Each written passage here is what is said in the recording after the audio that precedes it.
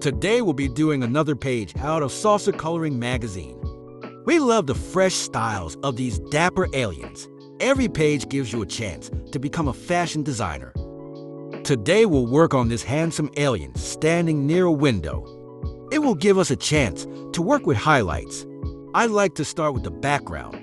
I use a light touch and neutral colors so that it looks realistic, but doesn't distract from our alien.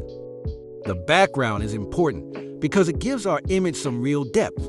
So pick the colors you think will look good behind our subject. Now that our background is done, let's move on to this jacket.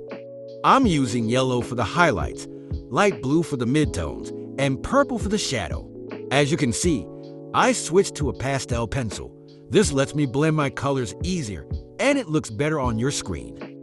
This suit is coming together really well.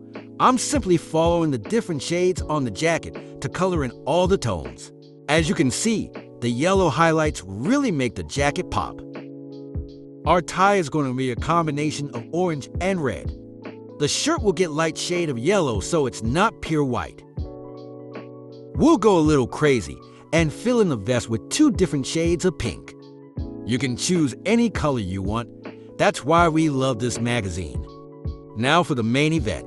This alien face will get a combination of yellow for the highlights, orange for the midtones, and red for the shadows. I follow the contours of the face and fill in each shade with a different color.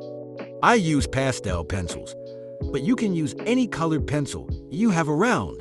Use any combination you like. Aliens aren't any specific color, so you can follow your creativity.